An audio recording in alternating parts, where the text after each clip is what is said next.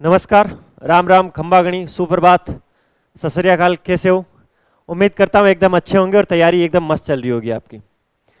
जैसा कि आपको पता है, प्रतिदिन सुबह मेरी क्लास होती है करंट अफेयर की, डेली करंट अफेयर की, जिसमें अपन उस दिन के करंट अफेयर को डिटेल एनालिसिस और स्टैटिक्स जीके के साथ कवर करते हैं।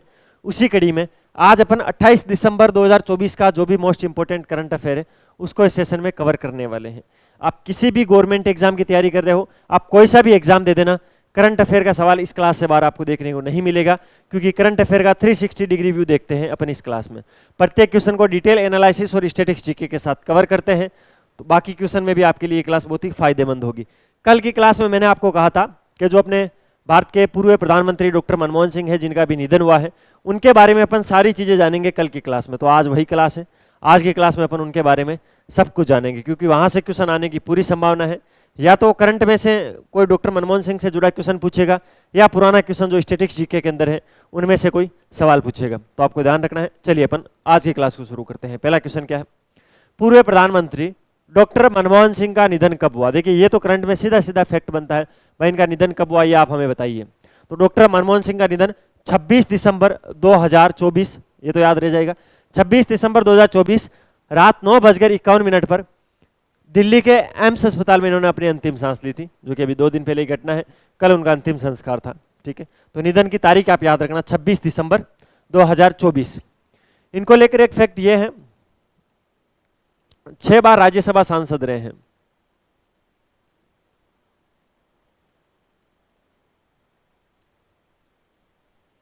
इसका मतलब क्या है? इसका मतलब यह है, आपसे यह पूछा जा सकता है जो भारत के पूर्व प्रधानमंत्री डॉक्टर मनमोहन सिंह हैं, वो कितनी बार राज्यसभा सांसद रहे हैं? तो 6 बार। अंतिम बार ये राज्यसभा सांसद राजस्थान से रहे हैं, यह आपको ध्यान रखना है। अंतिम बार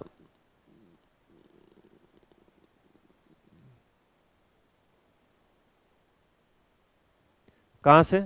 राजस्थान से।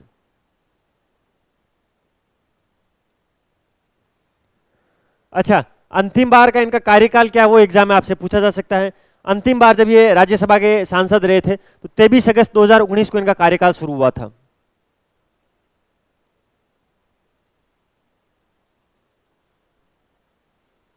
ये तो कार्यकाल शुरू हुआ है, लेकिन अभी इसी साल 3 अप्रैल 2024 को इनका कार्यकाल समाप्त हुआ है।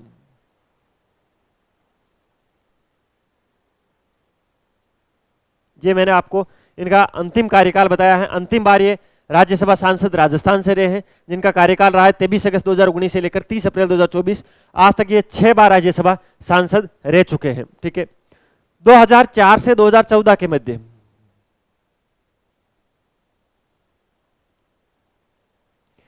ये भारत के पीएम रहे थे, लगातार 2 बार प्रधानमंत्री रहे थे, 2004 से लेकर 2014 तक। अब इनके बारे में जाने तो इनका जन्म कब हुआ था, इनकी डेट ऑफ बर्थ कब है? तो 26 सितंबर 1932। कब?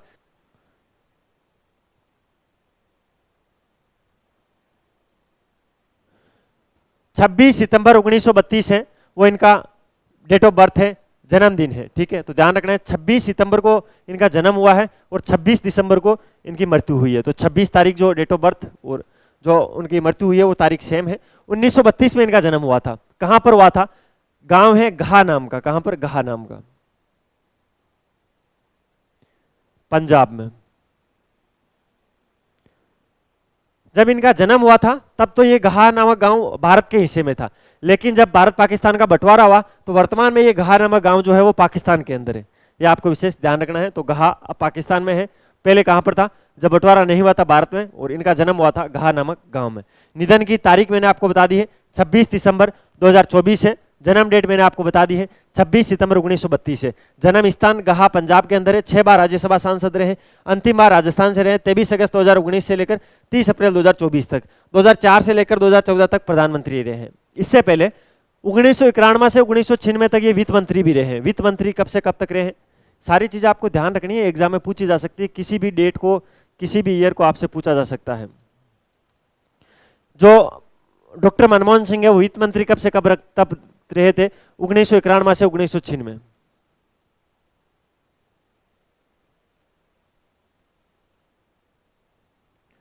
देखिए, जब पीवी नरसिम्हा राव प्रधानमंत्री थे तो उस टाइम वित्त मंत्री थे डॉक्टर मनमोहन सिंह, ठीक है। 1991 से, मैंने लिखा है आपको 1991 से 1996 के मध्य, इस समय भारत आर्थिक संकट से गुजर रहा था। तो भारत को आर्थिक संकट से बाहर निकालने के लिए उदारीकरण, निजीकरण और वैश्वीकरण की नीतियां हैं वो डॉक्टर मनमोहन सिंह ही लेके आए थे। तो ये आपको ध्यान रखना है, मोस्ट इंपॉर्टेंट है। भारत के अंदर जो एलपीजी नीतियां हैं, जिसके अंदर उदारीकरण, निजीकरण और वैश्वीकरण है, ये सारी नीतियां लाने वाले वित्त मंत्री कौन थे? डॉक्टर मनमोहन सिंह थे। डॉक्टर मनमोहन सिंह जब वित्त मंत्री थे 1991 से 1996 तक, तब प्रधानमंत्री कौन थे? पीवी नरसिम्हा राव। इनका एक वाक्य बड़ा ही वायरल हो रहा है, जिसके अंदर पीवी नरसिम्हा राव हैं, वो इनको कॉल करते हैं कि आपको वित्त मंत्रालय दिया गया है। तो ये मजाक में ले लेते हैं कि यार ये तो क्या मजाक कर ले, फिर इनको डांटा जाता है, तब इनको बताता है अच्छा वित्त मंत्रालय मिल गया क्या। तो ये अच्छे, बहुत ही अच्छे व्यक्ति थे। ये आपको ध्यान रखना है। उदारीकरण, निजीकरण और वैश्वीकरण की नीतियां किसने लागू की थी? डॉक्टर मनमोहन सिंह, जिस समय वो वित्त मंत्री थे 1991 से 1996 के मध्य। यहाँ तक कोई दिक्कत? इसके अलावा जो ये लाइसेंस राज था उसको भी समाप्त करने का श्रेय इनको ही जाता है। फिर ये प्रधानमंत्री बनते हैं 2004 से लेकर 2014 तक, भारत के 13वें प्रधानमंत्री ये।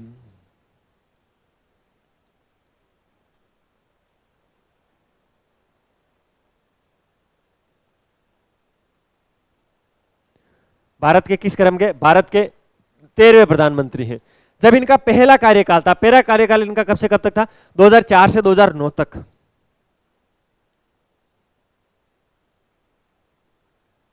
ये फर्स्ट टाइम बने थे, इनका पहला कार्यकाल था। तब इन्होंने एक तो मनरेगा योजना शुरू की थी। कौन सी योजना? मनरेगा योजना शुरू की थी। मोस्ट इंपॉर्टेंट, आपको विशेष ध्यान रखना है इस योजना के बारे में। मनरेगा योजना क्या थी? महात्मा गांधी नरेगा योजना क्या थी? इसके अंदर ग्रामीण क्षेत्र के अंदर 100 दिनों का रोजगार दिया जाता है, ठीक है। अगर रोजगार नहीं दे पाते हैं तो उसमें बेरोजगारी भत्ता दिया जाता है। निश्चित किलोमीटर के अंदर गांव के दायरे में दिया जाता है। अगर उस दायरे से बाहर दिया जाता है तो कुछ इंसेंटिव मिलता है, ठीक है। उसके लिए आपको राशन कार्ड, घर का एक सदस्य, वो सारी आपने इकोनॉमिक सर्वे के अंदर चीजें पढ़ी होगी। 2004 से 2009 तक इनका पहला कार्यकाल था। मनरेगा योजना इन्होंने शुरू की थी। एक आरटीआई एक्ट आपने सुना होगा, राइट टू इंफॉर्मेशन, सूचना का अधिकार, 2005 के लगभग आया था। तो आरटीआई भी इन्होंने लागू किया था। तो ये दो इंपॉर्टेंट चीजें आपको ध्यान रखना है। इसके अलावा भारत अमेरिका परमाणु समझौता भी इनके कार्यकाल के दौरान हुआ था। इनका दूसरा कार्यकाल 2009 से लेकर 2014 तक है।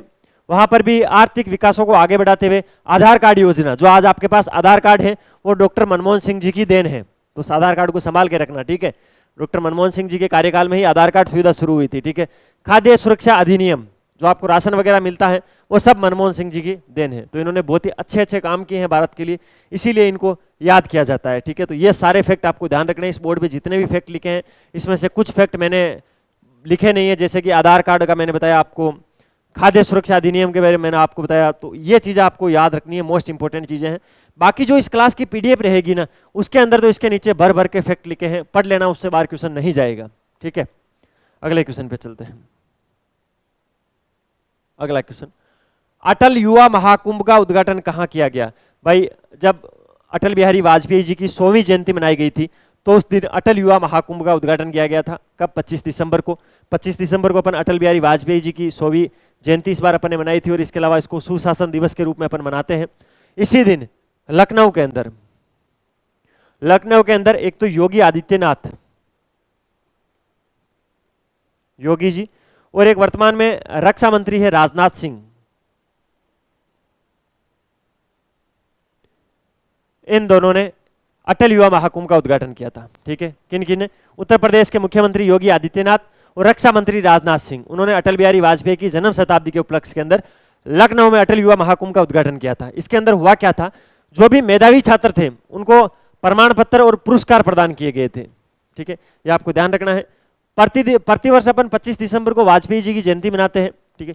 इस बार की जयंती बहुत इंपॉर्टेंट थी, इसलिए बहुत अलग अलग जगह बहुत सारे कार्यक्रम हुए थे जो कि करंट की दृष्टि से इंपॉर्टेंट है, इसीलिए मैं लगातार आपको पढ़ाते हुए जा रहा हूं, ठीक है।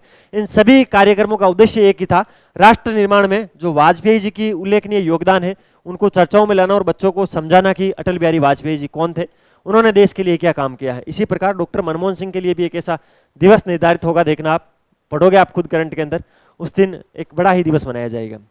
अभी देखो, अभी तो राजकीय शोक मनाया जा रहा है 7 दिन का, कल उनके अंतिम संस्कार था। तो अटल युवा महाकुंभ लखनऊ, ध्यान रखना, लखनऊ यूपी। अगला क्वेश्चन, विकसित पंचायत कर्मयोगी पहल किसने शुरू की थी? डॉक्टर जितेंद्र सिंह।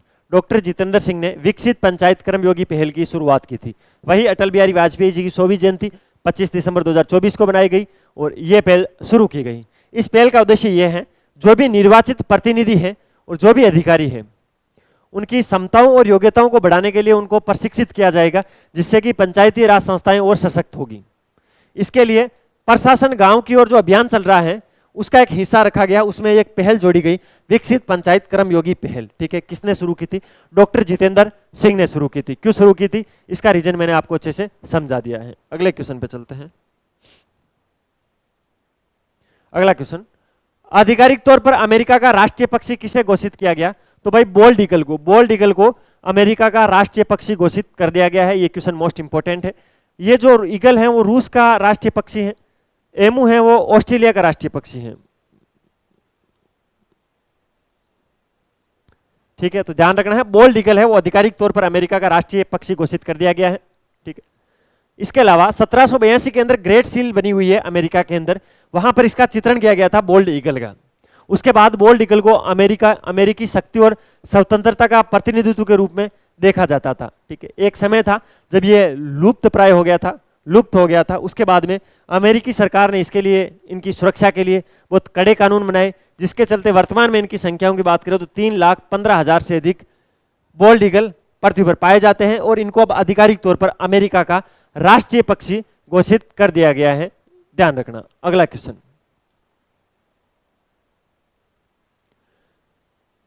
प्रधानमंत्री राष्ट्रीय बाल पुरस्कार 2024 में युवा पर्यावरणविद का पुरस्कार किसने जीता? आरव शर्मा। देखिए, अभी प्रधानमंत्री राष्ट्रीय बाल पुरस्कार 2024 दिए गए, उसके अंदर बहुत सारे पुरस्कार दिए गए, अलग अलग कैटेगरी में पुरस्कार दिए गए। तो आपको कैटेगरी वाइज पुरस्कार याद रखने हैं। जैसे इस क्वेश्चन में पूछा गया है कि पर्यावरणविद के क्षेत्र के अंदर अच्छा कार्य करने के लिए पुरस्कार किसको दिया गया? आरव शर्मा को। इन सबको मिल चुका है, सबके बारे में अगली स्लाइड पे मैं सब लिख के लाया हूं आज। ठीक है, तो आपको सब रटवा दूंगा। अभी देखना, प्रधानमंत्री राष्ट्रीय बाल पुरस्कार 2024 युवा पर्यावरणविद का पुरस्कार आरव शर्मा। अब देखिए किन किन को क्या क्या पुरस्कार दिया गया है, ये देखिए आप, तो बस इसको देखना आपको। आरव शर्मा महाराष्ट्र के हैं, युवा पर्यावरणविद का इनको पुरस्कार दिया गया है। निशा कुमारी, निशा कुमारी कहां की है? निशा कुमारी राजस्थान की है। प्रौद्योगिकी में नव प्रवर्तक के चलते इनको ये पुरस्कार दिया गया है। कौन सा? प्रधानमंत्री बाल पुरस्कार। ठीक है, अपन कौन से पुरस्कार पढ़ रहे हैं वो आपने पिछली स्लाइड में देखा ना, प्रधानमंत्री राष्ट्रीय बाल पुरस्कार। ठीक है, तो आपको ध्यान रखना है, ये सारे प्रधानमंत्री राष्ट्रीय बाल पुरस्कार की ही सूची है। ठीक है, उसके अंदर अलग अलग कैटेगरी के अंदर अलग अलग बच्चों को दिया गया है। आरव शर्मा महाराष्ट्र युवा पर्यावरणविद, निशा कुमारी राजस्थान मैंने बता दिया, रवि कुमार यूपी के हैं और समाज सेवा अधिवक्ता के रूप में इनको ये पुरस्कार दिया गया है। मीरा सिंह हरियाणा की है, कला और संस्कृति में योगदान के चलते इनको ये पुरस्कार दिया गया है। कृति वर्मा पंजाब की है, विज्ञान और प्रौद्योगिकी में नव प्रवर्तक के चलते इनको ये पुरस्कार दिया गया है। समीर दास असम के हैं, खेल उपलब्धियों के चलते इनको ये पुरस्कार दिया गया है। रिया पटेल मध्य प्रदेश की है, सांस्कृतिक राजदूत के रूप में इनको जाना जाता है। इसके अलावा दिव्या रानी केरल की है, सामाजिक कार्यकर्ता है। अनीस सरकार पश्चिम बंगाल के हैं, शतरंज के खिलाड़ी हैं ये। जनाने नारायणन तमिलनाडु के हैं, हरी कथा के कलाकार हैं। हेमवती नाग छत्तीसगढ़ के हैं, जुड़े हुए एथलीट्स जो जुड़े हुए हैं। सौरव कुमार बिहार के हैं, बालिका बचाव हेतु वीरता पुरस्कार भी इनको मिल चुका है। व्यास ओम जिग्नेश है, वो गुजरात के हैं, 5000 से अधिक संस्कृत श्लोक कंठस्थ कर लिए थे व्यास ओम जिग्नेश ने। आयन सज्जाद जम्मू एवं कश्मीर के हैं, सूफी गायक हैं। और अरव भारद्वाज हैं, दिल्ली के हैं, असाधारण यात्राओं वाला साइकिल चालक, साइकिल चलाते हैं और इन्होंने साइकिल से असाधारण यात्राएं की, जिनके चलते इनको यह अवार्ड दिया गया है। यह सारी सूची एक बार पढ़ लेना, इसमें से कोई सा भी क्वेश्चन पूछा जा सकता है। प्रधानमंत्री राष्ट्रीय बाल पुरस्कार 2024 की अपन बात कर रहे हैं और इन लोगों को ये पुरस्कार दिया गया है। अपने इस पीडीएफ के अंदर अच्छे से ये चीजें लिखी हुई है, तो आप पीडीएफ में से सारी चीजें देख लेना। अब चलते हैं अगले क्वेश्चन पे। हाल ही में अंबेडकर छात्रवृत्ति योजना किसने शुरू की है? अभी दिल्ली के अंदर विधानसभा चुनाव है, ठीक है, और उसको लेकर आम आदमी पार्टी पूरी कोशिश में लगी हुई है, जैसे तैसे करके चुनाव निकाल लिया जाए। उसके लिए योजनाओं पे योजनाएं लागू की जा रही है। उसके अंदर दिल्ली सरकार ने एक नई योजना शुरू की है, अंबेडकर छात्रवृत्ति योजना। वैसे इस योजना को नया नहीं बोला जा सकता है, क्योंकि इस योजना के अंदर जो पहले प्रावधान थे, पहले भी इस योजना जैसे ही प्रावधान थे, लेकिन अब उसको थोड़ा बढ़ा दिया गया है। दिल्ली सरकार ने डॉक्टर अंबेडकर छात्रवृत्ति सम्मान योजना शुरू की है। उसके अंदर होगा क्या, उसके अंदर विदेश के अंदर उच्च शिक्षा प्राप्त करने के लिए एससी और एसटी यानी शेड्यूल कास्ट और शेड्यूल ट्राइब के जो स्टूडेंट हैं उनको सहायता राशि प्रदान की जाएगी। और इसके अंदर इन्होंने ये बोला है कि पूरा का पूरा जो खर्च है वो दिल्ली सरकार उठाएगी। टोटल खर्च कौन उठाएगी, दिल्ली सरकार उठाएगी। वैसे अगस्त 2019 के अंदर आम आदमी पार्टी ने जो दिल्ली के अंदर उनका जो मंत्रिमंडल है, उन्होंने हर साल विदेश के अंदर 100 दलित छात्रों के लिए उच्च शिक्षा में भेजने का संकल्प लिया था, लेकिन अब उसकी संख्या को बढ़ाकर 100 कर दिया गया है और यहाँ पर सभी शब्द प्रयोग कर लिए गए हैं। ठीक है, जिसका उद्देश्य ये रहा कि एससी एसटी के जो छात्र हैं विदेश के अंदर जो पढ़ना चाहते हैं उनको टोटल खर्च जो होगा वो दिल्ली की सरकार उठाएगी। अंबेडकर छात्रवृत्ति योजना के नाम से नई योजना को लॉन्च किया है, आपको ध्यान रखना है। अगला क्वेश्चन क्या कहता है, हॉकी इंडिया लीग 2024-25 कहां से शुरू हुई। अभी ये शुरू हो रही है हॉकी इंडिया लीग 2024-25, ये राउरकेला उड़ीसा, राउरकेला उड़ीसा से आज से ही शुरू हुई है। आज 28 दिसंबर है, अभी 1 बजे से ये शुरू हो जाएगी। ठीक है, तो हॉकी इंडिया लीग जिसको शॉर्ट में HIL बोला जाता है, जैसे IPL होता है ना क्रिकेट का, इंडियन प्रीमियर लीग, वैसे ही ये हॉकी इंडिया लीग है। 2025 जो 24-25 का जो है वो उड़ीसा के राउरकेला के अंदर बिरसा मुंडा हॉकी स्टेडियम से शुरू होने वाला है अभी। ठीक है, ये जो लीग होगी वो 2 चरणों के अंदर होगी। पहला चरण 28 दिसंबर से लेकर 18 जनवरी तक चलेगा। दूसरा चरण जो होगा वो 19 जनवरी से शुरू होगा। फाइनल जो सेमीफाइनल मैच होगा वो 31 जनवरी को होगा और जो फाइनल मैच होगा वो 1 फरवरी 2025 को होगा। फाइनल कब होगा, 1 फरवरी को।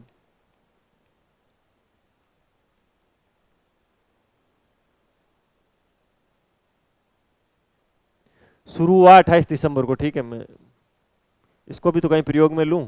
ठीक है, तो शुरू हो गया 28 दिसंबर 2024 से, फाइनल मैच 1 फरवरी 2025 को है। ठीक है, इसके अलावा 2 ये अलग अलग लीग 2 चरणों के अंदर इसको संपन्न करवाया जाएगा। पहला चरण 28 दिसंबर से लेकर 18 जनवरी, दूसरा चरण 19 जनवरी से शुरू होगा। सेमीफाइनल 31 जनवरी को, फाइनल 1 फरवरी को।